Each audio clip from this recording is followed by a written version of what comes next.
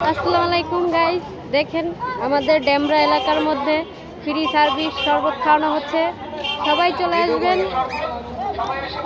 চলে আসবেন, খেয়ে যাবেন একবার হলেও। দেখেন সবার জন্য আমরা ভালো মতো এবং শরবত দেওয়ার জন্য চেষ্টা করছি। জনে জনে যত লোক আছে, যত পথযাত্রী আছে সবাইকে খাওয়ার জন্য এবং ভাইগোর জন্য সবাই দোয়া করবেন যেন আমরা খাওয়াতে পারি।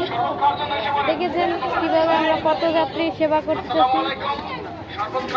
এই যে দেখেন আমার ছোট বেবি আলিতে।